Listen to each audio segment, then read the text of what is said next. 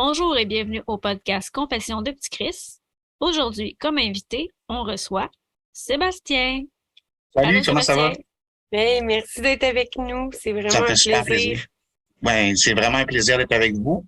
J'ai bien hâte de jaser de tout ça. Ça fait longtemps que j'en ai pas parlé. Et je pense que c'est une belle occasion de partager plein de choses. Puis voir un peu le chemin parcouru aussi. Là, tu sais, en quelque part, il y en a qui prennent le chemin qui continuent vers le mauvais. Puis il y en a d'autres qui décident à un moment donné, par 56 millions d'autres chemins, arriver à la bonne place dans leur vie. Tu sais. Je pense que c'est un petit peu ce qui m'est arrivé. Puis ben, ça me fait plaisir de le partager avec vous. Super. Fait que pour commencer un peu, j'aimerais ça que tu te présentes. T'as quel âge? Ouais. Dans quel coin tu vis? Puis, est-ce que tu as un projet particulier à nous présenter? En fait, moi, je m'appelle Sébastien. J'ai 56 ans. J'ai fait partie des cohortes de Boscoville dans les grandes époques de Boscoville. Là, on peut dire là, où Bosco était plein, tous les quartiers étaient pleins. Maintenant, je suis en affaires. J'ai un projet d'entreprise que je suis en train de mettre sur pied en ce moment. Ça va très bien. J'ai passé la plupart de ma vie comme conseiller ou consultant en communication dans ma carrière. Et j'ai travaillé à toutes sortes de niveaux là. Fait que j'ai travaillé beaucoup en politique. J'ai aussi travaillé pour des sociétés de la couronne comme Post Canada ou des trucs comme ça. Et c'est ça. Fait que j'ai eu une vie excitante, trépidante, des fois moins le fun. Mais je pense que là, c'est le fun de pouvoir passer ce moment-là puis vous faire le point avec vous après ces 56 années-là. Puis ton histoire avec la DPJ, ça a commencé comment? Ah, ça a commencé. Ben, premièrement, ça a commencé quand j'avais 3 ans. Puis je vais vous expliquer, j'ai pas été placé tout de suite. J'ai été placé beaucoup plus tard, vers mon adolescence. En fait, ça a commencé quand j'avais 3 ans. Ma mère et mon père se sont séparés à ce moment-là. Ma mère vivait des problématiques psychologiques à ce moment-là, suite à une séparation, ce qui arrive fréquemment chez les personnes qui se séparent.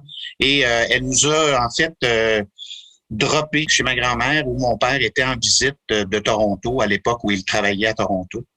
Et il était là avec sa nouvelle blonde, puis leur petite fille. On s'était fait dropper, mon frère et moi, chez ma grand-mère pour que mon père s'occupe de nous. Moi, j'ai passé à peu près un an et demi chez ma grand-mère, chez mes grands-parents à Québec. Mon frère est allé habiter à Toronto avec mon père pour une espèce de transition, là, parce que mes parents étaient encore quand même relativement jeunes à l'époque. Là, mon père devait avoir 28 ans. Moi, j'avais 4-5 ans. Ma belle-mère devait avoir à peu près 20-21 ans. Donc, c'est pas évident de se ramasser avec deux gars tout de suite, là. Comme ça. Fait qu'ils ont fait ça progressivement, en commençant par mon frère qui était plus jeune. Puis moi, j'ai habité un bout de temps chez ma grand-mère. Tout ça, puis je suis allé les rejoindre à Toronto à un moment donné. Et à partir de ce moment-là, ça a été, ben, premièrement, ma belle-mère a pas bien pris notre intégration dans l'unité familiale qu'elle composait avec sa fille et son chum. Je pense que même si j'ai toujours de la difficulté à l'excuser par rapport à ça, si je le comprends aujourd'hui, étant adulte, là, quand tu as 20 ans, puis que tu es avec ton chum, puis tu vois, tu as deux petits gars qui débarquent de 5-6 ans, là, ça doit causer un certain choc. Donc, il s'est installé assez rapidement une ambiance tranquillement, là, ça s'est insinué, là, où il y avait un peu de violence. Mon père était jamais à la maison parce que c'était un monsieur qui travaillait à la télévision, dans les communications. Donc, il était rarement à la maison. Même les week-ends, ça arrivait qu'il était pas là du tout. Donc, la conjointe de mon père était prise à nous avoir un peu tout le temps. Fait que c'est devenu une ambiance assez violente au jour par jour. C'est drôle quand je parlais à ma fille qui a 15 ans maintenant, elle me disait comment tu fais pour bien écrire. Mon français est quand même bien écrit, mais je dis ben écoute, je l'ai appris à coup de claque à la gueule, là, fait que c'est comme ça que j'ai appris à bien écrire mon français là. Fait que donc cette ambiance-là, c'est poursuivi si on veut dans le secondaire. Puis on a déménagé quelques fois à cette époque-là, donc j'étais tout le temps une espèce de recherche d'amis ou de, tu sais, tout le temps essayer de refaire le cercle d'amitié puis tout ça, puis se sentir toujours un peu l'étranger de la gang. Fait que c'était pas facile à dealer là. Fait que Donc, au secondaire, j'ai commencé à fréquenter qui était un peu plus rock'n'roll. T'avais les rockers, puis t'avais les straight, puis c'était à peu près ça, là. Fait que moi, je faisais partie de la gang des rockers. Puis c'était un milieu, évidemment, blanc, hétérogène, là, tu sais. Et moi, j'étais à Saint-Hilaire, il y avait aucun étranger dans notre école, une polyvalente de 2000 personnes, puis c'était blanc, blanc, blanc partout, là. Quand on a déménagé à Montréal, je devais avoir à peu près 14 ans. Puis là, au début, là, je te dirais vers le début du secondaire, c'est là que j'ai commencé à fuguer beaucoup. Je volais de l'alcool dans le bar de mon père. Puis j'ai commencé vers 12-13 ans à fuguer plus souvent. Ma mère s'était établie dans la région de Québec. Nous autres, on était dans le coin de Montréal, sur la Rive-Sud. Fait qu'il m'est arrivé une couple de fois de partir sur le pouce à Québec puis aller rejoindre ma mère chez eux. Ça m'est arrivé assez régulièrement après des chicanes super intenses à la maison puis tout ça. Puis en même temps, ben j'ai commencé jeune, là, 13-14 ans, à fumer la dope, puis tout le kit. Puis nous autres, il y avait pas vraiment de drogue dure dans ce temps-là, là, comme il y en a aujourd'hui, là. Tu sais, nous autres, il y avait le pot, puis le pot dans ce temps-là, tu le faisais pousser dans ta cour, là. On n'avait pas accès aux drogues de la ville, là, tu sais, là, comme. Qu'il n'y avait pas de LSD. Non, il y en avait. Il y avait des moches, il y avait du LSD, mais tu sais, au-delà de ça, là, c'était quelque chose. Là, tu sais, il y avait rien. On n'en voyait pas de ça. Tu sais, fait qu'on n'était pas vraiment au courant de tout ça. Fait que, au fur et à mesure, c'est devenu un peu plus intense. Puis quand on a déménagé à Montréal, ben tu sais, là, tu cherches à faire ta place, hein. Tu arrives dans le Big Montréal, toi, tu viens de la campagne un peu, puis tu sais, quand tu débarques dans une école où 50% des élèves dans ton école, c'est des immigrants, puis tu n'as jamais vu un immigrant de ta vie, là, ça fait un choc culturel. Puis dans notre école, on accueillait à cette époque-là beaucoup de boat people. Puis les gars qui rentraient à l'école, les boat people qui arrivaient, c'est des Vietnamiens qui avaient, écoute, pour apprendre le français, tu avais des gars qui avaient 25, 20 ans, 18 ans, qui étaient beaucoup plus expérimentés et vieux que nous. Puis nous autres, on pensait que c'était des kids, fait qu'il y a eu des événements assez fous là, de bataille dans le cours d'école puis tout ça. C'est là à peu près à ce moment-là que j'ai commencé à devenir un peu plus tough, un peu plus là j'ai commencé à être exposé aux drogues plus dures, sans moi-même en consommer là, parce que j'en ai pas consommé avant beaucoup plus tard. Mais disons que j'ai utilisé les drogues à la pharmacie puis au magasin de modèles à coller. Là. Tu vois à peu près le genre de truc. Là. Fait que donc, ce qui était plus accessible que d'autres choses. Nous autres, on était habitués aux drogues plus douces de la campagne avec des potes. Puis nous autres, à l'époque, on savait pas que nous autres, c'était les fleurs qui étaient plus potent que les feuilles, tu sais. Fait qu'on fumait de la feuille, tu sais. Mais quand on est arrivé à Montréal, ben là, on était exposé dans de la bonne dope, là. Fait que, mais moi, c'était surtout des drogues douces que je prenais. Oui, je faisais un petit peu d'autres drogues, mais le plus important, je pense, c'est les drogues douces. Puis au fur et à mesure, je te dirais que l'été qui a déclenché, ça a été l'été de mes 15 ans, où là, j'ai vraiment pris un tournant assez élevé. Là. J'ai commencé à me tenir avec deux de mes amis qui étaient des skins. Puis j'ai rejoint une gang de skins de l'ouest de l'île. Là. Fait que c'était pas mal rock'n'roll. Puis là, je me suis embarqué dans les 56 000 coups fourrés qu'ils faisaient, les batailles d'un bar. Ça a été ce moment-là où je suis devenu vraiment dur. Puis là, c'est la première fois cet été-là que j'ai répliqué à ma belle-mère. Je l'ai pas frappée, mais elle est venue pour me frapper. J'ai arrêté le coup. Puis c'est là que ça a tout déclenché, le placement, puis tout ça. Puis au même moment, à peu près, j'avais fugué.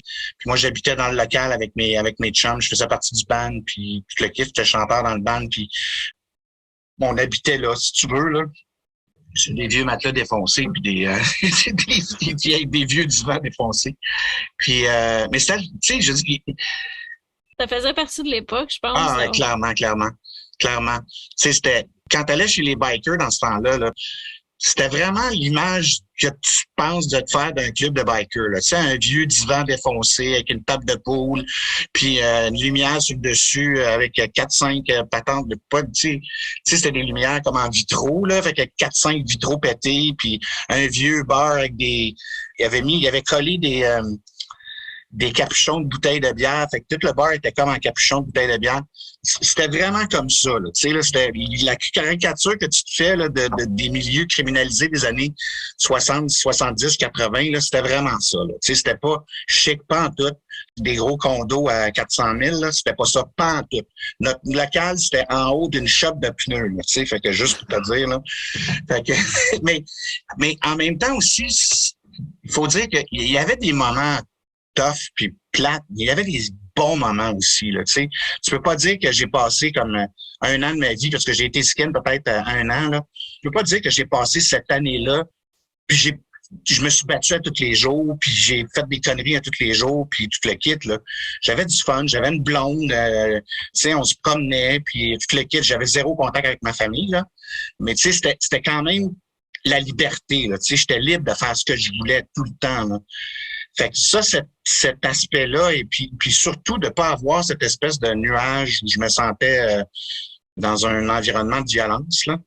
Puis ce qui a déclenché vraiment le placement, c'est que mes chums skin qui étaient plus vieux que moi, ils commençaient à avoir du hate par la police, puis ils commençaient à mettre de la pression sur les leaders du gang. Puis les leaders de la gang nous ont pris un soir, on était 3 chums ensemble, puis ils nous ont livrés à la police, OK? Pour tous les coups qu'eux autres, puis nous autres, on avait fait. Puis c'est à ce moment-là que je suis rentré dans le système. Fait que c'est tes chums qui t'ont livré pour se débarrasser de la police, ouais, dans le fond? Pour se débarrasser du hit de la police, ouais. Fait que ça arrive souvent dans les gangs de rue que les plus jeunes écopent puis qui sont obligés de se ramasser, d'aller faire le temps des plus vieux, là. Fait que c'est ça. Mais en plus, eux étaient majeurs, nous autres, on était mineurs. Tu sais, je veux dire, on risquait quoi? J'avais zéro offense. J'avais rien. Je risquais quoi d'y aller? Pour moi, à l'époque aussi, j'avais un espèce de sentiment de loyauté. Puis, tu sais, t'avais le romantisme de dire, hey, asti, je m'en vais faire mon tour en dedans, là, tu sais.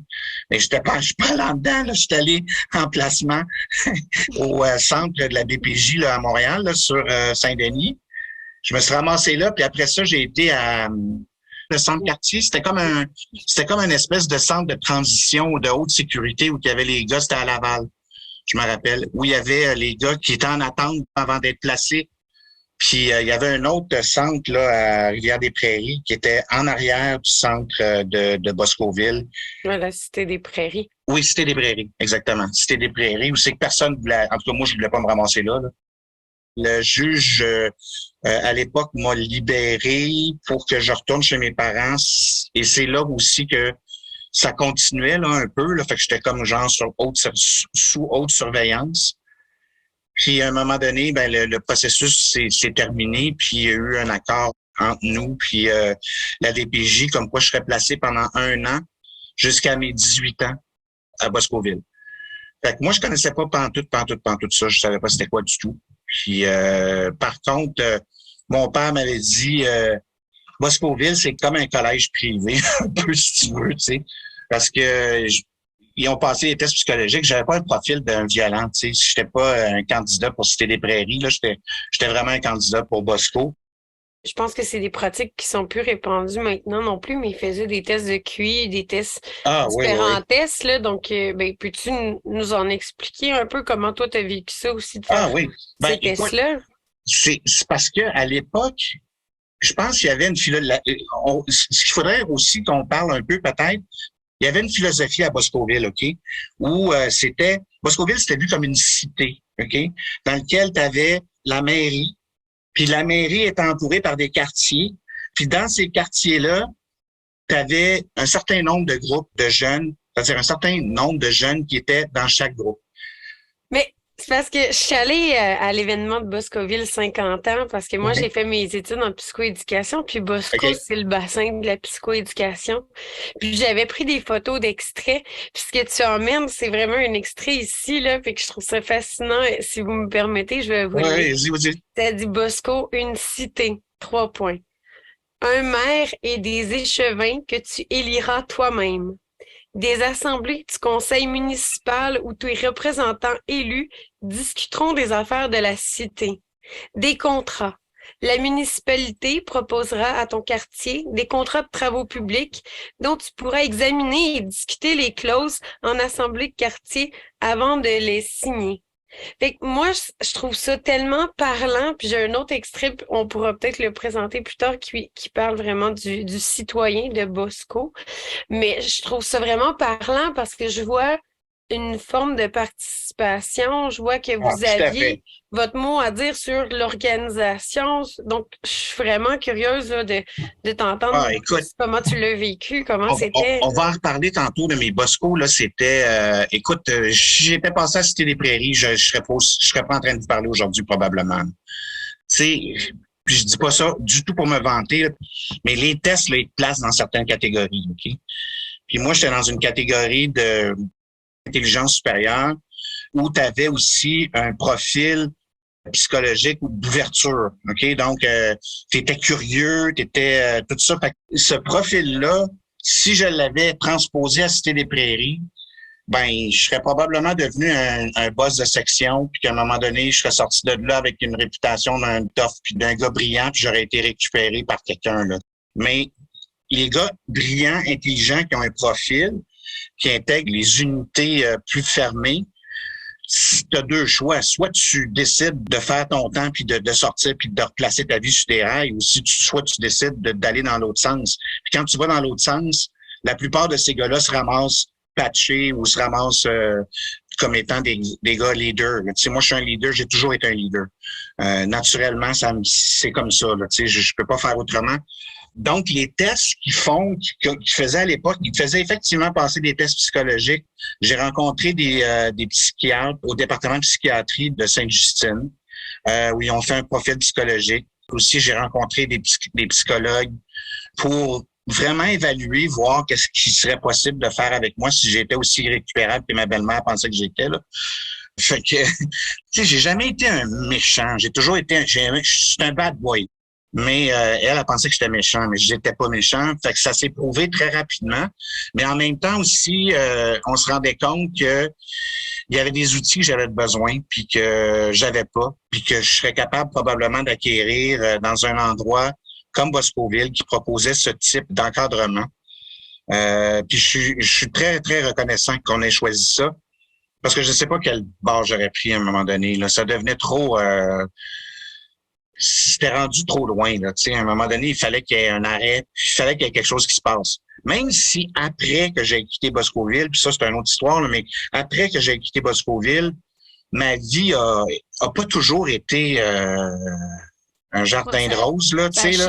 C'est Ah, normal, ouais, ça ouais. fait ça à tout le monde. Quand on quitte ces ressources-là, là, on Écoute, chire tout sur moi, le c'est une terrain. des affaires que je trouve absolument épouvantable dans les ressources. C'est justement cette espèce de manque de suivi quand le jeune atteint 18 ans puis qu'on te crée sa rue avec 50 piastres dans tes poches puis un appartement, là, entre guillemets, là, puis que tu es entouré de règles complètement ridicules, là, comme rentre à 11 heures, puis ci, puis ça, dans un truc d'appartement.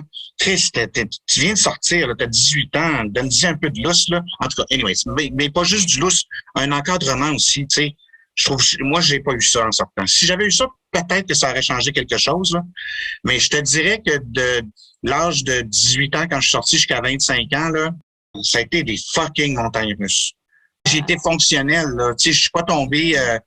moi, je me suis jamais shooté, j'ai jamais fait de drogue, héroïne, trucs comme ça. Moi, c'était la coke. La dernière fois que j'ai fumé un joint, c'est juste en sortant de Boscoville. Fait que ma dope, pour moi, là, de mes 18 ans jusqu'à mes 25 ans, là, c'était la coke. Mais j'ai jamais eu une addiction assez... je suis pas une personnalité addictive.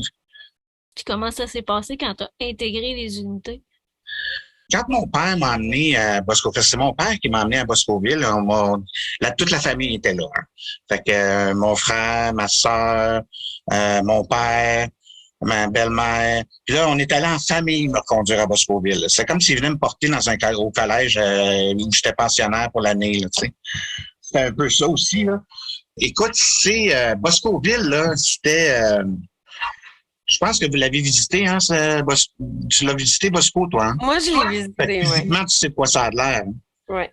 Ça a vraiment de l'air d'une ville. C'est pas compliqué, là. En plein milieu, tu as la mairie. Puis alentour, dans un demi-cercle, tu as les unités. OK? Dans chaque bâtiment, tu as 2 unités et chacune avait leur nom. Nous autres, moi, l'unité dans laquelle j'ai été placé, c'est la terrasse, qui était l'unité, quand tu montes la côte, là, complètement à gauche. La dernière unité sur la gauche. La terrasse, c'était les champions du football. Chaque unité avait un peu sa particularité. Là, tu sais. Il y en avait qui étaient plus forts dans les matières, il y en avait qui étaient forts en gym, d'autres. C'était vraiment intéressant. C'est basé en fonction de vos compétences, puis valoriser Ouais. ces compétences-là. Ah, oui, tout à fait. Il y avait une Et diversité d'activités aussi. Moi, j'ai pu oui, assister, c'est ça, à des. Ils nous montraient toutes les sortes d'activités, les Olympiques. Je sais pas si tu as eu oui. l'occasion de passer. On avait des Olympiques l'hiver aussi. Là, c'était de la gym puis de la natation. Parce que, écoute, dans ce complexe-là, il y avait un immense complexe dans lequel il y avait un gymnase ultra moderne avec une piscine de 50 mètres, une allée de quilles dans le sous-sol. C'était vraiment hyper bien équipé. Puis en plus de ça, l'automne, on avait le football. Ça, tout le monde attendait le football avec joie et excitation parce que c'était le seul sport dans lequel tu pouvais sacrer une volée à un gars que tu n'aimais pas dans une autre unité, puis le pogner, puis vraiment tu sais, la côté. Mais c'était vraiment le fun. T'sais, on avait du plaisir, là. C'était. Puis ce qui était intéressant, puis écoute, je les ai jamais revus, tous les gars, après. J'ai revu un animateur à un moment donné. Pierre, c'était mon parrain. C'était un gars qui avait fait ses études en psychoéducation, en conduisant des taxis. Puis c'était un gars vraiment spécial. Fait que quand t'arrives, il y a comme une espèce de processus d'accueil où dans lequel il t'explique, premièrement, les parents foutent le camp, là, puis ils s'en vont après. Puis là, il t'explique c'est quoi la cité, que tu es un citoyen de cette cité-là, puis que tu as certains droits et privilèges qui sont accordés, mais tu as aussi des responsabilités. Ces responsabilités-là, tu as des responsabilités qui sont premièrement envers tes concitoyens de ton unité, puis tes concitoyens de la ville, puis généralement des concitoyens de la société en général. Tu sais. Donc, on avait... toutes les portes étaient ouvertes là-bas. Si tu voulais partir, là, tu pouvais partir. Moi, j'étais un fugueur professionnel. OK? Je suis jamais, même une fois, pensé partir de là. En 1 an et demi que j'étais là, j'ai jamais fugué puis j'ai jamais pensé partir de là. Pourquoi tu penses? C'était parce que j'étais bien, là. La première fois dans ma vie où que j'étais vraiment bien dans un endroit où je me retrouvais dans tout ce que j'aimais. Le sport, les études, la vie en communauté. Parce que moi, j'ai été campeur dans des camps de vacances à partir de mon très jeune âge. Donc, pour moi, le groupe, ça a toujours été quelque chose qui faisait partie de ma vie, tu sais. Fait que quand je l'ai retrouvé là-bas, c'était les bons moments d'être en groupe. C'est sûr qu'il y a eu des chicanes puis des trucs comme ça là, pendant le 1 an et demi que j'ai été là. Il y en a eu. Il y a des conséquences qui ont été données. Je me suis mis en tabarnak plusieurs fois. J'ai été impoli, pas gentil et tout ça. J'ai mis mon poing à travers des murs, mais généralement parlant, ça a été vraiment un moment charnière dans ma vie, là. Je te dirais que même aujourd'hui, à l'âge que j'ai, je me sers des outils que j'ai acquis là-bas. Pas consciemment, c'est même plus consciemment. Mais je trouve que pour avoir vécu des centres jeunesse, puis tu sais, tu as vécu d'autres milieux de centres jeunesse aussi, fait que tu peux emmener des comparaisons, mais ce que je trouve qui est intéressant à Bosco, c'est qu'il considère vraiment chaque personne comme une personne, justement. Il considère vraiment les individus, puis en plus, c'est un schéma relationnel important en psychoéducation. Tu sais, tu parlais justement d'un citoyen, puis là, j'avais mon extrait ici, fait que tu sais, pas parce que je vais être dans les extraits, mais parce que je trouve ça vraiment parlant, tu sais. Je lisais ça, puis j'étais comme, wow, c'est un bonbon, faut que tout le monde sache ça. Fait que je me permets de vous le dire encore. Parce que je suis un peu nostalgique de ne pas avoir vécu ça, moi. Fait qu'un citoyen de Boscoville, c'est une personne qui connaît l'histoire de Boscoville, qui connaît le fonctionnement de Boscoville et son système démocratique, qui reconnaît que Boscoville est un milieu pour l'aider à changer et qu'il en est le premier responsable, qu'il accepte de travailler à sa propre évolution en faisant des efforts pour apprendre à se connaître tel qu'il est, sans image ou masque, établir des relations franches et honnêtes avec toutes les personnes, utiliser tout ce dont le milieu met à sa disposition pour changer, maintenir, améliorer et transmettre, par l'apprentissage des responsabilités officielles et non officielles, les traditions de Boscovine. Fait que je trouve que c'est super intéressant parce qu'on parle vraiment d'un système qui est démocratique aussi. Ouais. Bosco, c'est une approche qui est très humaniste. Hein. C'est pas une approche de clientélisme comme l'approche que je perçois maintenant. Tu sais, aujourd'hui, on entend beaucoup, puis tu sais, moi, je fais de la politique depuis longtemps, là, fait que j'entends ces mots, ces espèces de mots fourre-tout, surutilisés, qui veulent rien dire, là, comme client, puis etc., etc. Là. À Bosco, on n'était pas une clientèle, puis on n'était pas des clients. On était, tu sais, mon chum Charles, c'était Charles. Patrick, c'était Patrick. C'était pas Monsieur Patrick, machin chouette. Tout le monde était sur un pied d'égalité. Il y avait cet aspect-là était extrêmement important dans l'approche parce que ça permettait d'humaniser les relations entre les citoyens de Boscoville, puis entre les éducateurs aussi qui étaient à Boscoville. Tu sais. Il n'y avait pas un lien hiérarchique dans le sens screw versus prisonnier. C'était vraiment une approche qui était puis ce que je trouve dommage pour les psychoéducateurs maintenant, là, c'est de pas avoir vécu cette expérience-là, puis de pas travailler dans un système comme celui-là. J'ai l'impression qu'on est passé d'un système dans lequel il y avait la possibilité d'être un humain à un système dans lequel on est une prison payante comme aux États-Unis où le client est un client, puis qu'il y a pas, tu sais, on fait des séances de psychothérapie, mais tu sais, c'est vraiment... On est un dossier. Ouais, c'est ça. T'es un dossier, t'es traité comme ça. Puis je trouve ça dommage pour les jeunes qui ont étudié en psycho parce que c'est vraiment la psychoéducation là, quand c'est bien fait là, puis quand c'est vraiment bien fait là, ça marche. On est dans le vécu partagé aussi. Ça marche. Il y a quelque chose comme à Bosco aussi qui était de la stabilité des intervenants aussi. Oui, tu sais, tout à fait. Tu parlais tantôt d'un parrain. Donc ça, c'est ton éducateur responsable qui s'appelle un parrain, tu sais. C'est beau comme manière de nommer ça, un parrain. Ouais, ben, comme un je me rappelle mentor. plus si c'était le terme exact, mais c'est le terme que moi, je l'ai toujours appris. Puis, ils avaient vraiment le rôle, c'était vraiment des mentors. Ils prenaient leur rôle comme étant, tu sais, moi, je me rappelle des rencontres avec Pierre, là, où Pierre me parlait de ses expériences personnelles, qui faisait des corrélations entre moi, ma situation, puis lui, sa situation quand il était jeune, puis etc., puis qui, tu sais, montrait comme, tu sais, je parlais tantôt du coffre à outils.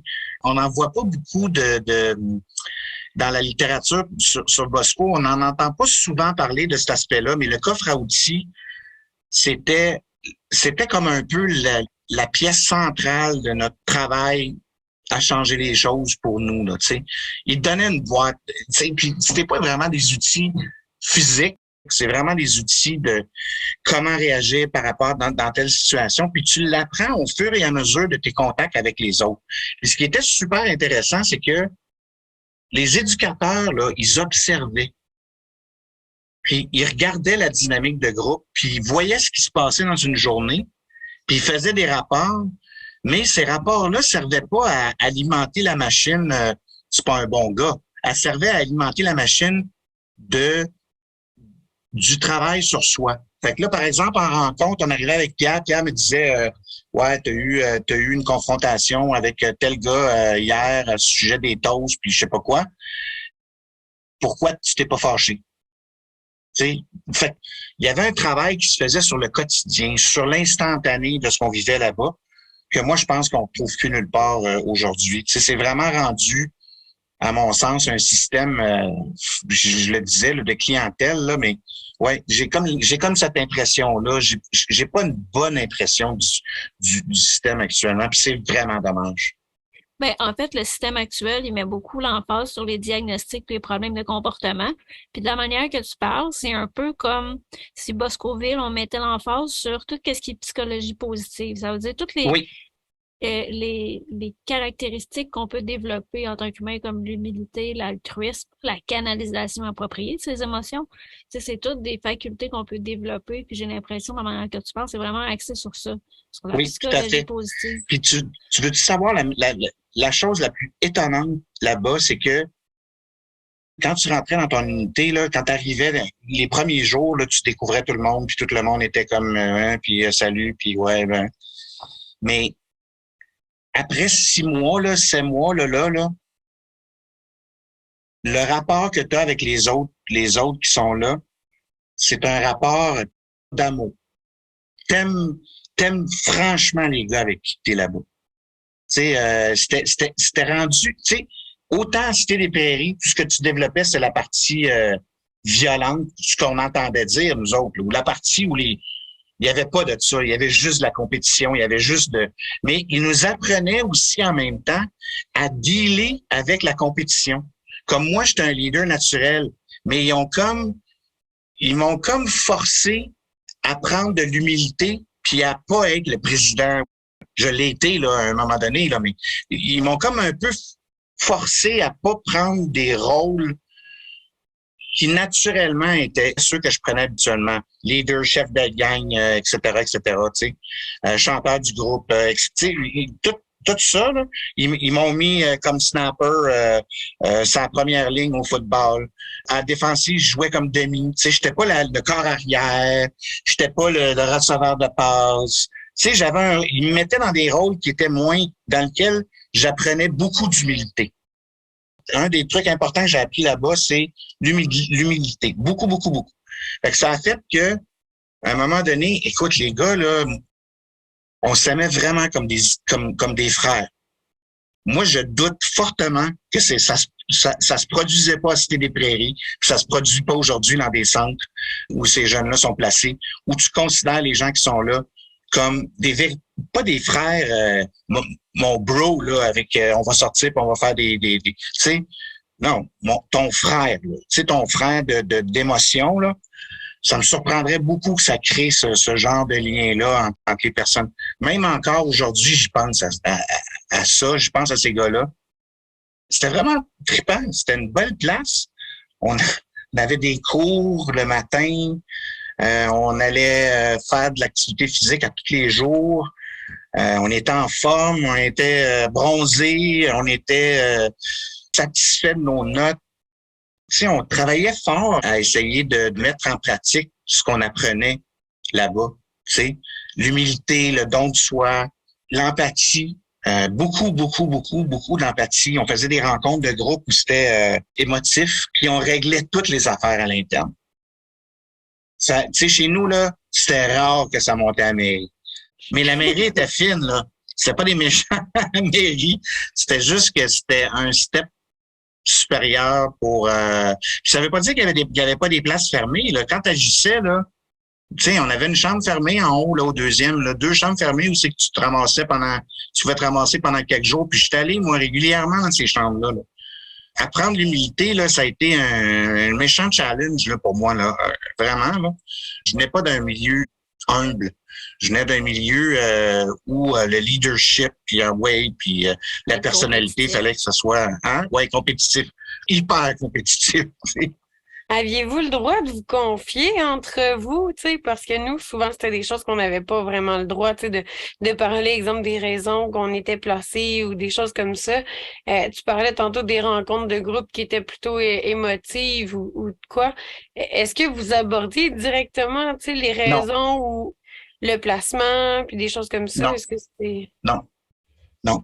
On le savait pourquoi les autres étaient là.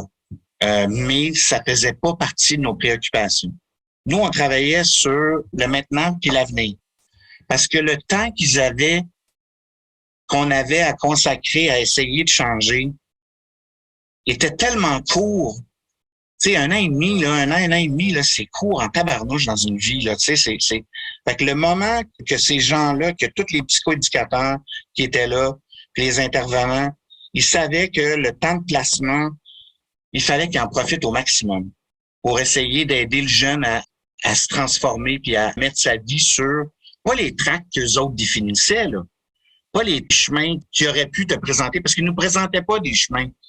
Ils nous outillaient pour être capables d'aller dans notre chemin, pas dans leur chemin, tu sais. T'avais pas de carcan qui t'obligeait à aller dans une direction ou une autre. Tu sais, c'était toujours, tu sais, tu l'as dit tantôt quand tu as cité, entre guillemets, règlement là, de la cité là, sur se connaître soi, puis tous ces éléments-là, là, ça, on les apprenait par cœur. Je les connais plus par cœur aujourd'hui. Là. on les savait par cœur à cette époque-là. Là. Mais il n'était pas question de nous encadrer pour ne pas qu'on se réalise nous-mêmes. Tu sais. À un moment donné, tu as un déclic, tu apprends. Tu te bottes pendant un esti de bout, là. Excuse-moi l'expression, là. Puis là, après ça, c'est comme comment je pourrais dire, le changement devient une espèce de nourriture pour toi. Tu sais? Ça a été quoi, toi, ton déclic? Ah, Caroline. Tu t'en rappelles-tu? Il y a eu tellement de moments. Là. Un en particulier, je pourrais pas te dire. C'est parce que moi, j'ai pas comme. Je me rappelle plus si j'ai commencé avec Pierre aussi. Pierre m'est arrivé après. Je m'en rappelle plus. Mais ce gars-là, il y a eu un gros impact sur moi. Là. Vraiment, vraiment un gros impact. Jusqu'à temps que je parte. Après ça, là, was back to natural. Tu sais, j'avais pas eu de suivi. Écoute, j'ai l'impression d'avoir été droppé, puis j'aurais pu rester. Hein. Il m'avait dit que j'aurais pu rester jusqu'à mes 21 ans, là. Mais j'étais trop pressé de partir. Je m'ennuyais de ma blonde. Je m'ennuyais de la liberté, si on veut, là, d'être dehors, là, tu sais. Puis ça, là, ça a été... ça n'a pas été le fun, disons. Fait que c'est toi qui as demandé ta sortie de placement? Oui. Mon meilleur chum là-bas, vous avez dit qu'il avait dans une chicane, assassiné son amant. Lui est resté. Il a décidé de rester jusqu'à 21 ans.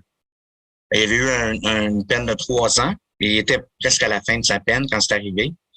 Et il a décidé de rester. Puis je pense que lui, ça lui a fait du bien de rester. Je l'ai revu il y a à peu près une quinzaine, vingtaine d'années à peu près. Puis il avait l'air super bien. Vraiment, là. Puis ce que je pense aussi... Ah oui, OK. Écoute, il y avait à un moment donné, il y avait une fête à Bosco, une fête des familles, puis tout le kit. Puis il y avait les frères puis les sœurs, puis tout le monde était là. Puis c'était à la fin de l'année, je pense à la fête de fin d'année où on recevait notre diplôme, entre guillemets, où je me rappelle plus c'était quoi là, exactement. Et il y avait la sœur d'un de mes concitoyens, un gars avec qui je parlais pas énormément, puis qui avait pas énormément d'atomes crochus, je croyais. Puis qui est venu me voir puis qui m'a dit à quel point j'avais aidé son frère. Mais j'étais comme, je me demandais pourquoi elle me disait ça, là.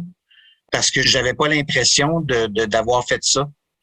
Mais comme le disait Pierre, puis comme le dit le mot que tu as dit tout à l'heure sur Bosco, tu finis toujours par, que tu t'en rendes compte ou pas, à aider quelqu'un dans cet environnement-là. Puis tu le sais pas nécessairement, puis tu fais quelque chose, puis ça va aider quelqu'un d'autre. Tu sais, je me rappelle, si les matins, ça va être quétaine ce que je vais vous dire là. Le samedi matin, on faisait le ménage partout, OK? Dans la maison. Puis moi, ma job, c'était de balayer le plancher du dortoir au deuxième, OK? Fait que... Puis il mettait toujours Rock Ma Tante, OK? La fin de semaine, c'était Rock Ma Tante qui jouait le dimanche matin. Fait que t'avais la balade des gens heureux, tous les chanteurs français là, des années 80 là, qui, tu sais, Zachary Richard, L'Arbre est dans ses feuilles, puis toute la patente là, toutes ces musiques là, surtout les Français aussi là, Francis Cabrel, tout ça. Hey, écoute, à un moment donné, je les connaissais par cœur. Je passais le balai, puis j'avais le sourire en face, puis j'étais bien quand j'étais là. Tu sais, tu te sentais en sécurité là-bas. C'est complètement ridicule. Tu es enfermé, tu as un placement, mais tu es dans un endroit où tu te sens en sécurité. C'était vraiment très particulier comme endroit. Mais c'est sûr que tu avais des responsabilités aussi, là. Faut pas se le cacher, là. Fallait que tu fasses ton ménage, puis fallait que tu te ramasses le matin quand tu faisais tes toasts, puis fallait que tu sois poli avec les gens. Fallait qu'on soit qu'on soit bien tenu, puis tout le kit, là, tu sais. Il y avait des cas qui étaient plus difficiles que d'autres, mais chez nous, c'était quand même le fun. Écoute, on avait des compétitions de natation, de tout ça, nos plaques allaient sur les murs. On était tellement fiers d'être la terrasse, là. C'était vraiment quelque chose. Il y avait une fierté de faire partie du quartier de la terrasse. Pour nous, là, il y avait deux unités qui compétitionnaient l'une contre l'autre, là, puis c'était la terrasse, puis l'autre, je me rappelle plus c'était quoi le nom. C'était celle qui était complètement à l'autre bord de nous. On compétitionnait dans les sports, on compétitionnait dans toutes sortes de choses, mais on avait toujours l'impression que c'était nous autres qui étaient les meilleurs. Mais c'était pas vrai parce qu'on n'était pas toujours les meilleurs, là. Mais notre sentiment de fierté, de travailler sur soi, de travailler avec les éducateurs puis tout ça, je pense qu'en bout de ligne, les éléments dans lesquels on était les plus fiers, c'était pas les plaques qu'on mettait sur les murs, c'était vraiment la fin de notre rencontre hebdomadaire avec notre parrain dans lequel, si tu avais eu une semaine qui était correcte, tu sortais de là et tu étais fier en tabarnouche. Fait que tu avais le droit de sortir la fin de semaine si tu avais passé une belle semaine? Plus vers la fin, oui, tu avais le droit des sorties. Mais non, c'était pas. Je pense que c'était juste la récompense d'avoir un sourire d'en face quand tu sortais de ta rencontre, là. Ah, OK. Parce que quand tu parlais, je pensais que ça te donnait accès à des sorties à l'extérieur. Je me rappelle plus les privilèges puis les trucs comme ça. Je vais te dire honnêtement, c'est pas la partie qui m'a le plus. Tu sais, oui, il y avait des privilèges quand tu faisais des affaires qui étaient correctes, là. Parce que moi, la question que je me demandais, ça avait l'air quand même assez une dynamique dysfonctionnelle dans ta famille. Fait que, tu sais, mettons que à Boscoville, c'était harmonieux, puis etc., tu sais, que veux pas, si t'arrivais dans ta famille la fin de semaine, puis que c'était l'autre dynamique qui embarquait, ça devait faire un méchant clash. Ben non, parce que tu vois, je pense qu'en même temps que moi, j'ai fait mon travail, il y a dû certainement y avoir un travail qui a été fait de l'autre côté. Parce que même s'il y avait certains inconforts, parce que ça faisait longtemps qu'on s'était pas vus, puis parce qu'il y avait des rencontres avec les parents aussi, hein. Tu sais, les parents étaient impliqués dans le cheminement là, à Bosco, là. Faut pas oublier ça, là. C'était pas tu restais chez vous puis t'attendais que ton gars arrive 18 mois plus tard, là. Il y avait une implication des parents dans le cheminement de l'enfant, là, du jeune qui était là. Tu sais, fait que c'est sûr que la progression de la réflexion par rapport à tout ça, ça impactait aussi les parents. Fait que la dynamique, elle a changé un peu, mais disons qu'il y avait plus d'épisodes de violence, OK? Parce que, premièrement, j'étais rendu beaucoup plus gros que je l'étais quand j'étais plus jeune. Donc, c'était pas recommandé de pousser trop fort. Puis, de toute façon, en même temps, j'étais très respectueux. Je faisais pas le bordel. Je foutais pas le bordel quand j'étais chez mes parents la fin de semaine. C'était en arrière de moi, ça. Tu sais, je cherchais pas la chicane non plus. Fait qu'il y en avait pas vraiment le week-end quand je sortais. Mais ça, cette partie-là du travail avec les parents, c'était super important aussi. Ben, c'est ça que je m'en allais dire parce que, tu sais, moi, contrairement à toi, tu sais, j'ai été placée dans une ressource intermédiaire où est-ce que c'était l'harmonie, ça allait super bien. Mais que quand je retournais la fin de semaine, tu sais, mon père est un peu, je sais pas comment le qualifier, mais il y a des problèmes de gestion de colère. Puis tu sais jamais quand ça va péter. Là, tu marches tout le temps un peu sur des œufs. Puis c'est quelqu'un de bien qui est capable de camoufler ça dans la société en général, mais que quand tu arrives tout seul dans la maison, tu sais jamais à quoi t'attendre, tu sais. Oui. Puis eux autres, ils n'ont pas vraiment eu d'aide. Contrairement à toi, ce que tu as vécu à Boscoville. Puis justement, tu sais, quand je suis sortie, moi, c'était hors de question que je reste là. Fait que ça a précipité une série d'événements malheureux qui a fait en sorte que j'ai vécu des épisodes d'instabilité résidentielle, etc., tu sais. Fait que ça a eu un gros impact sur ma sortie, que mes parents soient pas impliqués davantage dans mon cas, là. Mais moi, je suis resté chez mes parents pour une très courte période, après que je sois sorti, là. Parce que je pense que je suis allé oui, en fait, je pense pas. Je suis allé vivre avec ma mère à Québec à partir de ce moment-là. Ma mère qui vivait à cette époque-là, c'était pas drôle, là. Elle vivait sur l'aide sociale, tu sais, puis elle avait une petite fille. Puis moi, écoute, au bout de 2 mois, j'étais reparti sur le party, là. Tu sais, je travaillais dans les bars à Québec, dans les restaurants, j'étais boss boy, puis toute l'équipe. Puis à un moment donné, j'ai monté tranquillement. Je me suis rendu comme barman dans des bars à Québec. Fait que, tu sais, à un moment donné, moi, j'étais sur le party, là, tu sais, Bosco, c'était loin en crise pour moi, là, j'étais pas là. Pourquoi? Parce qu'il n'y a pas eu comme une espèce de... Il y a eu, tu sais, c'était comme, OK, ben, t'as fini, bye. C'est ça, il n'y a pas eu de transition, de filet de Non, sécurité, de suivi de non, quoi que ce soit. non. Puis, dans ce temps-là, des appartements supervisés, ça n'existait pas. C'était vraiment comme quand tu sortais de prison, là. Ils te donnaient ton petit sac en papier avec ton stock dedans, puis ton 26 piastres que tu as fait pour avoir travaillé je sais pas où, là. Tu sais, puis on a appris plein d'affaires. À Bosco, là, c'était nous autres qui manageaient l'argent de l'unité. Fait que si on avait une réparation à faire dans l'unité, on avait de l'argent à manager là, pour ça. Là. C'était vraiment unique. Là. On voulait réparer un meuble, on avait tant de budget pour le faire. Est-ce qu'on, tu sais, fait, moi, nous autres chez nous, on m'a jamais enseigné la valeur de l'argent. Ok? On m'a jamais dit c'est important, faut que tu fasses attention à ton crédit, faut que tu fasses ci, faut que tu fasses ça. On m'a jamais enseigné ça. Puis les exemples que j'avais devant moi n'étaient pas terribles parce que ça dépensait beaucoup chez nous. Tu sais. Fait que, donc, moi, pour moi, l'argent, ça brûlait. Tu sais, je voyais pas de raison de pas flamber mon paycheck sur une sortie, là. Je la voyais pas, la raison. La raison, là, faut que tu payes ton loyer, faut que faut que tu remplisses ton frigidaire de bouffe à tout le moins pour le déjeuner. Si tu travailles en restauration, c'est moins pire. Déjà, t'es nourri dans certains restos. Les auditeurs ne nous voient pas, mais moi, je te vois. Ah, mais j'ai Écoute, travaillé dans des restos aussi, puis nous autres, c'était 50%. Fait que, tu sais, c'est pour ça que j'ai comme. Ah oui, Ouais, il y a des fois où on euh, a juste un rabais, mais effectivement, ouais. que. Ah non, Fait que si tu moi, travailles dans le les restos. fast-food, en plus, t'as tendance à mal manger. Fait que ça, Oui, ben, c'est parce que Ça j'ai travaillé, tu sais, à l'Express, genre, ou, tu sais, des trucs. plus fancy un peu. Ouais, des restaurants Haut de plus, ouais, gamme.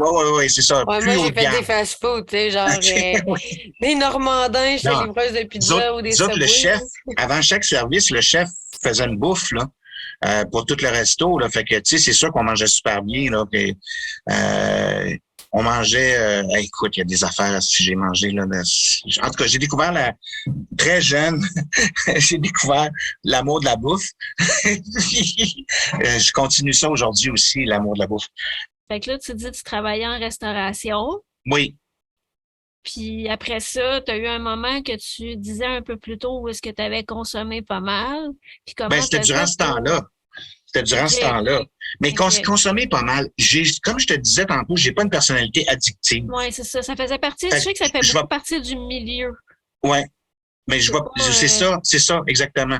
C'est un milieu de restauration, puis il y avait de la poudre, puis il y avait toutes sortes d'affaires, puis tu sais, parce que c'était quand même des longs chiffres, des gros chiffres, c'était fatigant.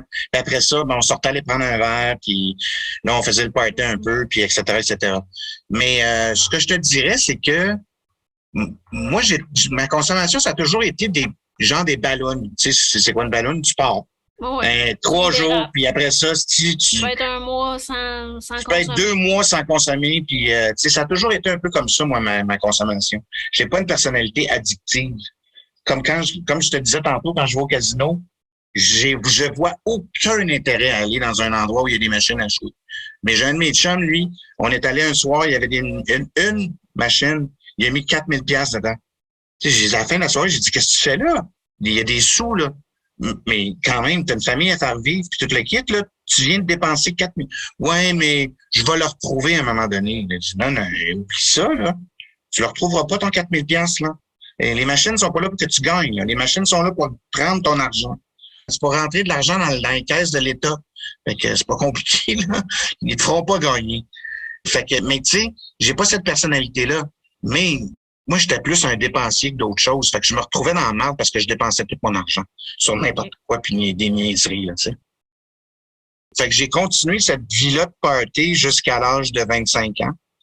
Puis à l'âge de 25 ans, j'ai été diagnostiqué avec un cancer des os dans le bassin. Là, j'ai eu une grosse opération. Ils m'ont tout refait le bassin. Ils ont extrait une grosse partie de mon bassin et tout ça. Puis j'ai été genre à peu près 1 an sur le carreau, là, où j'ai été pendant 3 mois dans une orthèse en fibre de verre, 6 mois en rééducation, puis tout ça pour réapprendre à marcher, puis tout. Fait que Aujourd'hui, ça va super bien, là. Fait que j'ai encore ma jambe, fait que tout va tout va vraiment bien.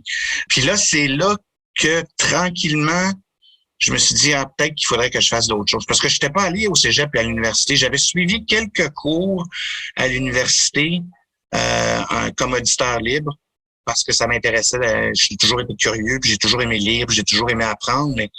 Fait que je suis allé faire un petit tour à l'université, pas officiellement. Puis j'avais le goût, puis j'étais encore à Québec à cette époque-là, puis j'avais le goût de revenir à Montréal. Puis avec ma blonde, on a décidé de revenir à Montréal. On a décidé de venir à Montréal. Elle était de Québec. Et quand je suis arrivé à Montréal, je me suis inscrit au Cégep du Montréal. Ça s'est pas révélé être un très bon choix parce que ça a vraiment pas bien. Ça a dérapé vraiment solide à partir de là. Je me suis retrouvé dans un milieu où c'était très politisé. Là, je me suis impliqué dans un mouvement politique. Ça a pris une grosse partie de mon énergie, de ma vie, tout le kit. Ma blonde était toute seule à la maison. Puis à un moment donné, elle a décidé de foutre le camp et elle était retournée à Québec. Puis ça m'a comme un peu crushé, mais je me suis rentré encore plus dans le milieu politique, si on veut. Puis là, après ça, écoute, je suis allé à l'université. J'ai foutu le bordel là aussi. J'ai passé mes 2 ans à l'UQAM dans la brasserie en bas, puis au Peel Pub. J'avais étudié en sciences politiques. J'avais des bonnes notes, mais je foutais rien. C'était pas... tu sais, je faisais le party, fait que... Tu sais, je faisais quand même mes affaires, mais c'était pas terrible, là. Fait qu'après ça, je suis parti. Après l'université, à un moment donné, je suis parti à Ottawa, travailler dans une agence de relations publiques. Puis j'ai travaillé aussi entre-temps dans une entreprise qui fait des sondages comme directeur de ce projet. J'ai jamais fini l'université parce que je me suis mis tout de suite dans le monde professionnel. Puis là, plus le monde professionnel avançait, plus ça allait mieux, de mieux en mieux, puis tout ça, puis les choses se plaçaient. Mais j'ai toujours eu de la difficulté à organiser ma vie. Puis là, j'ai rencontré ma blonde il y a 16 ans. Au bout de 2 mois, on s'est mariés. On est ensemble depuis ce temps-là. Puis on a une fille de 15 ans qui est absolument pas comme moi, puis en tout cas, je pense qu'elle est le meilleur de moi puis le meilleur de sa mère. Puis le pire de moi des fois, parce qu'elle a une tête de cochon absolument épouvantable. Mais c'est ma fierté. Elle nous impressionne à chaque jour. Fait que ça Ouais, s'est vas-y quand donc. même bien fini, ton histoire. Mais de ce que je Ouais. comprends, tu étais énormément influencé par les milieux dans lesquels tu étais. Peu importe, tu sais, que ce soit à Boscoville ou en restauration ou à Oui. l'université, tu étais Ouais. vraiment beaucoup J'étais un influencé par caméléon, ça. là, je me moulais là-dedans, là, ouais. Mais j'ai jamais retrouvé, à part dans mon unité familiale actuelle, là, j'ai jamais retrouvé le sentiment de sécurité que j'avais à À Bosco. Bosco. Jamais, jamais, jamais, jamais. J'ai jamais retrouvé ça. J'ai de très bons amis depuis plusieurs années, mais j'ai jamais retrouvé ce sentiment-là que j'avais eu à Bosco. Tu t'en parles de Bosco d'une manière très, très positive, comme quoi ça t'a Oui, vraiment beaucoup apporté. oui, Penses-tu que ce modèle-là, parce que je pense qu'il n'y a pas une solution magique au monde, non. fait que je pense que ce modèle-là ne devait pas répondre nécessairement à tout le monde. Pour toi, ça a fonctionné, mais pour Oui. d'autres, peut-être que ça a moins fonctionné. Ah, il y en a qui sont venus, qui sont partis, hein. Et il y en a pour qui ça fonctionnait pas pantoute, là. Mais je te dirais que, écoute, c'est sûr qu'il n'y a pas juste des bons côtés, là. Puis c'est sûr aussi que dans mon enfance, il n'y a pas juste eu des mauvais côtés. Tu comprends ce que je veux dire? Il y a eu des moments de fun aussi avec ma belle-mère. Tu sais, là, il y a des moments où on s'est retrouvés je sais pas, moi, à la ronde, où on a eu du plaisir, ou en voyage, ou je sais pas quoi, là, tu sais. Il y a eu des moments, certainement des moments comme ceux-là. Des parties de la Saint-Jean que mon père faisait chez nous, où il y avait 200 personnes qui venaient, c'était le fun, tu sais. Il y avait des moments de fun dans notre vie, là, tu sais. Il y avait pas juste des moments plates, là. C'est juste que les moments plates étaient plates en temps. Les moments le fun étaient le fun. Puis c'était la même chose aussi un peu à Bosco, mais j'ai tendance à me rappeler des mauvais moments dans ma famille, mais à Bosco, j'ai tendance à me rappeler juste des bons moments. Tu Ben, sais, en fait, en ouais, psychologie cognitive, on dit que quelque chose de négatif ou de traumatisant va vraiment s'inscrire plus dans notre mémoire que quelque chose de positif. ouais. Puis ça prend au moins 5 événements positifs pour effacer un événement négatif. C'est à peu près OK, ça la OK, je comprends ce que proportion tu veux dire. Ouais, que j'ai OK. entendue. Fait que, tu sais, c'est pour ça que, exemple, moi aussi, dans ma famille, il y en a eu des beaux moments. Mais à un Ouais, moment donné, il y avait tellement de mauvais moments que ça a pris le dessus parce que la proportion, c'est un biais cognitif qu'on a naturellement OK. Je savais de pas ça. comme accrocher plus aux événements négatifs parce que c'est ancré dans notre survie.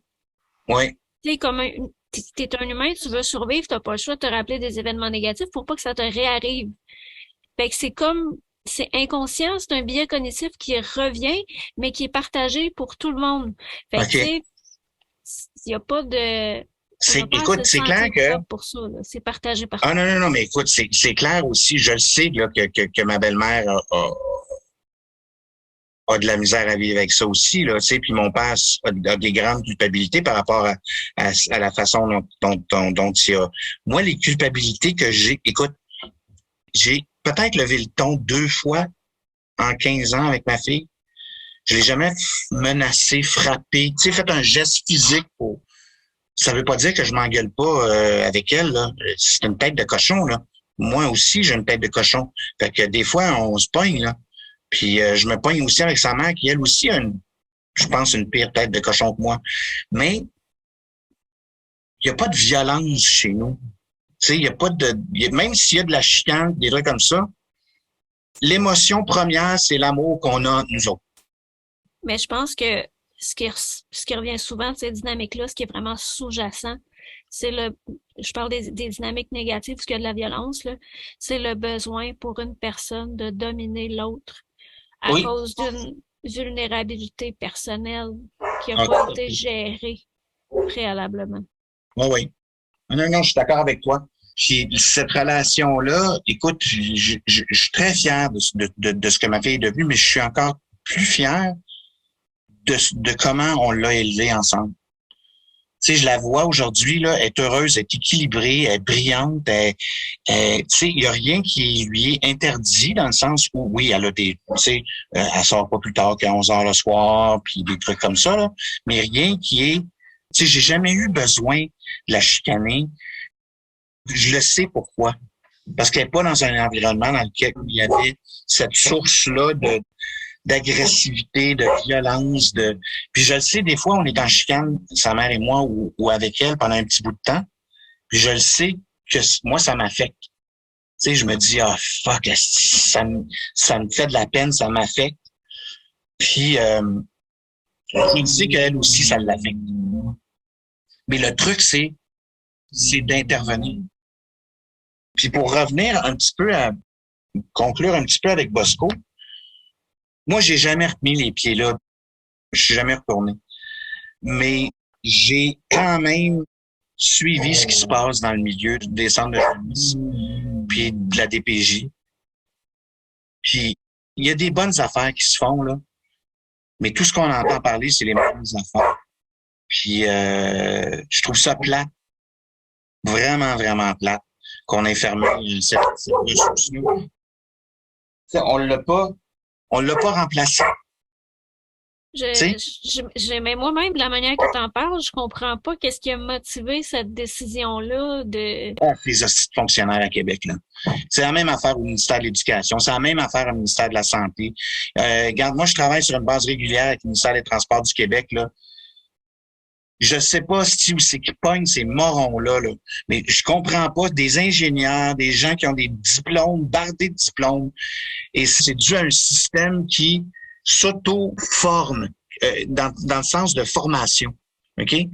Qui perpétue les mêmes systèmes, les mêmes affaires parce que c'est confortable les pantoufles puis que ça les confronte pas à la réalité de ce qui se passe à tous les jours sur le terrain. Puis que eux autres, dans leur château à Québec, là, ils sont complètement éloignés de ça. Puis ils managent les chiffres. Puis c'est ça qu'ils font.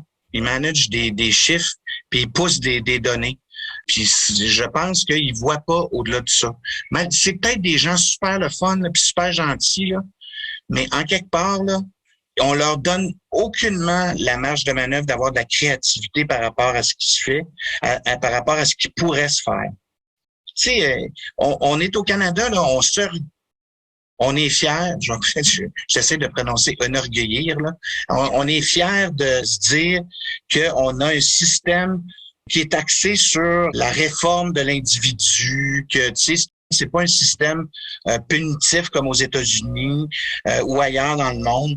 Mais bordel, on est devenu ça. On est devenu un système punitif parce que tout ce qui servait d'outil a été coupé à cause de mesures financières.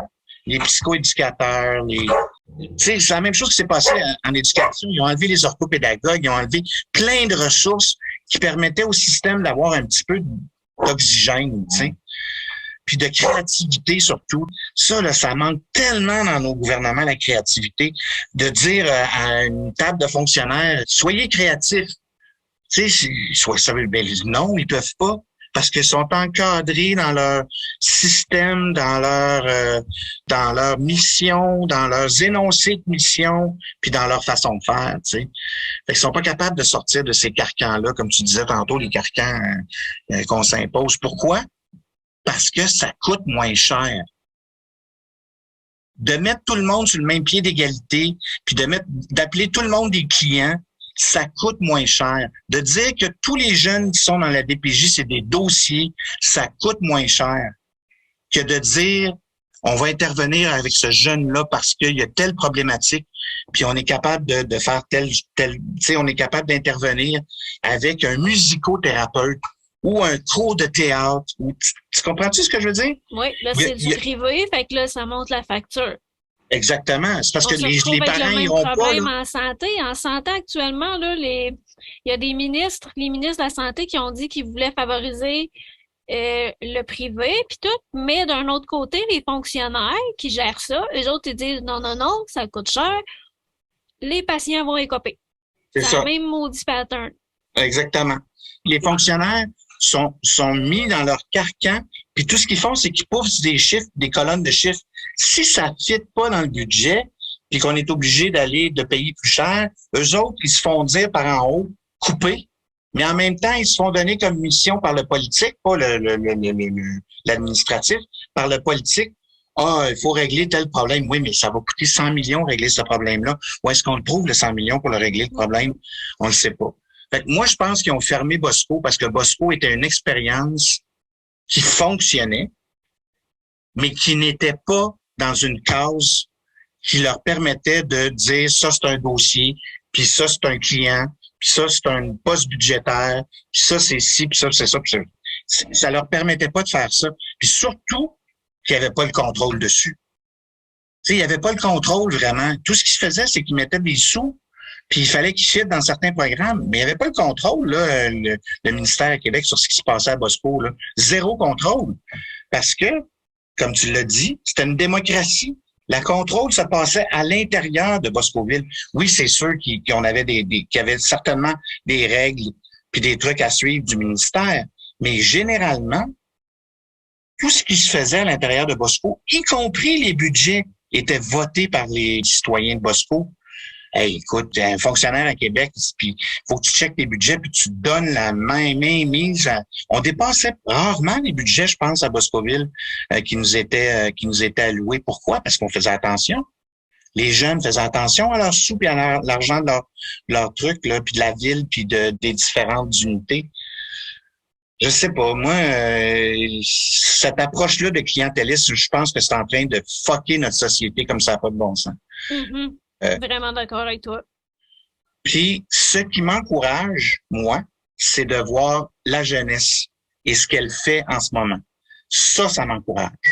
Ça, je trouve ça vraiment fascinant de voir ce que ma fille fait dans son cours éthique et culture religieuse, je sais pas quoi.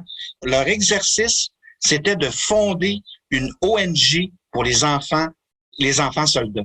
Tu sais, moi, éthique et culture religieuse, là, ça s'appelait pas de même, ça s'appelait économie familiale. Ah, ben oui. Non. Ou cours de morale, là, dépendamment comment tu veux le prendre, là. Puis 90% du contenu, c'était du Jésus. En tout cas, fait que, tu sais, on était loin des ONG, là. Loin des ONG. Là, ils ont une conscience internationale. Puis tu sais, ça, c'est même dans des polyvalentes, là. Regarde, moi, j'étais à côté de Mirabel, là. La polyvalente qu'il y a ici, dans ce coin-ci, là, il y a beaucoup, beaucoup, beaucoup de jeunes qui viennent des milieux d'agriculteurs, tout ça. Il y a des jeunes qui travaillent ces fermes ici, qui veulent, moi, là, ça, là, il y a rien qui me donne plus d'espoir que ce que les jeunes sont en train de faire en ce moment, puis comment ils sont en train de s'approprier leur monde. Ça me donne de l'espoir. Puis si on reviendrait un peu à ton parcours personnel, Oui. c'est quoi les valeurs qui t'ont permis d'avoir le parcours que tu as eu, dans le fond? Je pense que ma valeur la plus importante, c'est la peur. Ça va te sembler ridicule, La là? peur? Ouais. Je pense que la valeur la plus importante, c'est la peur de retomber. Ah, La ok. peur, je t'ai dit tantôt que j'étais pas un compulsif, hein, mais si j'avais les sous, je les ai pas encore, là, mais ça s'en vient, là, mais si j'avais les sous, là, moi, j'en aurais des armoires pleines de papier de toilette, là, puis de riz, puis de toutes sortes d'affaires. Pas parce que je suis un survivaliste, parce que j'ai peur de manquer de quelque chose, puis j'ai peur de perdre ma fille, j'ai peur de ça. Mais c'est pas le seul valeur que j'ai, là, ça c'est sûr. Là. Mais les valeurs, moi je te dirais, écoute, l'éthique, c'est une valeur super importante. L'honnêteté, la compassion. C'est un peu cliché de dire ces valeurs-là, mais c'est vrai. Tu sais, quand je vais, tu sais, puis je vais rarement à Montréal de ce temps-ci, mais quand je vais à Montréal, que je vois la pauvreté, là, ça me bouleverse à chaque fois. Je trouve ça absolument épouvantable. Qu'on laisse les gens dans cette solitude, cette pauvreté-là. Je trouve ça terrible, terrible. Puis le pire, c'est que je peux pas faire grand-chose pour changer ça. Je peux juste faire des petits gestes. T'sais. Je suis pas le directeur de l'accueil Bono, puis je suis certainement pas le fonctionnaire au ministère des Affaires sociales qui est capable de donner des subventions aux itinérants et tout ça. Là. Je trouve qu'on laisse beaucoup de monde de côté. Puis ça, la compassion, il faut qu'on en ait dans notre société, c'est important. La peur, c'est pas une valeur, c'est un sentiment. Ce que je voulais vraiment dire, c'est que je pense que la peur est un bon stimulant. Tu sais, tu vois ça souvent dans les films. Il y a un soldat qui demande à un autre soldat, t'as-tu eu peur? Puis l'autre soldat dit, j'ai pas peur, tu le quittes, là. C'est pas vrai. Les meilleurs soldats sont ceux qui ont peur. Les meilleurs humains dans la vie, je pense, c'est ceux qui ont une certaine crainte en eux de pas être à la hauteur d'aider l'autre, ou de pas être à la hauteur d'être un bon père, ou de pas être à la hauteur d'être une bonne mère. Je pense qu'il y a beaucoup de ça qui nous sert de motivateur. C'est un peu un mélange de peur puis d'humilité. Oui, je te dis oui, probablement que oui. Ça, je l'ai appris, par exemple. Avec beaucoup de courage aussi. Oui, ben je pense que l'humilité, ça, je l'ai appris à Bosco, par exemple. Ça, je peux te dire exactement d'où ça vient. Mais tu sais, c'est pas négatif nécessairement, la peur. La peur, ça te permet de passer à travers plein de choses. Tu avais un message, là, on parlait tantôt de la jeunesse, tu disais que la jeunesse te donne beaucoup d'espoir. Si tu avais un message à livrer à des jeunes qui sont présentement placés, qu'est-ce que tu leur dirais? C'est toujours difficile de répondre à cette question-là sans paraître, sans avoir de l'air d'un vieux monsieur qui dit des choses. Je pense qu'il n'y a pas... Tu peux pas dire ce message-là aux jeunes aujourd'hui. Follow your dreams. Tu peux pas dire ça. Ne pas dire ça. Je pense que il faut que tu vives les rêves que tu as envie de vivre. Ça, c'est super important. Mais il faut aussi que tu fasses montre de résilience et de courage dans ce que tu fais aussi. Parce qu'il y a des choix que tu vas faire dans la vie qui, des fois, feront pas l'affaire de bien du monde alentour de toi et qui vont t'amener ailleurs. Puis il y a des choix que tu vas faire qui seront pas les bons choix. Puis c'est correct. Tu comprends-tu? C'est correct de pas faire les bons choix. Ben oui, parce qu'on apprend puis on développe ses valeurs comme ça Il y a aussi. aucun... Moi, j'ai échoué beaucoup dans ma vie, mais j'ai réussi aussi beaucoup. Tu sais, Michael Jordan disait que sur les 100% des shots qu'il a pris, là, de 3 points qu'il a pris, il en a raté 50%. Fait que 50% de ce que tu vas faire dans ta vie, tu vas probablement le rater. Puis c'est super correct. L'important, c'est d'apprendre de ça. Puis l'important, c'est quand tu es dans la marde, là, résilience. Garde ta force, ton courage. Parce que des fois, ça prend pas grand-chose pour s'en sortir. Ça prend juste une occasion. Puis si tu n'as pas ce courage-là, peut-être que tu vas la manquer, ton opportunité de t'en sortir, tu sais. Moi, il y a des mains qui ont été tendues dans ma vie. J'ai été vraiment, vraiment, vraiment, vraiment chanceux. Des mains qui m'ont été tendues. Vraiment, là, je pourrais t'en nommer dizaines d'une traite, là. Puis c'est super important, là, d'avoir des gens qui sont alentour de toi, qui sont prêts à t'aider aussi. Ou même des purs inconnus. J'ai rencontré un des gars les plus importants dans ma vie, Simon. Je l'ai rencontré dans un bar en jouant au pool.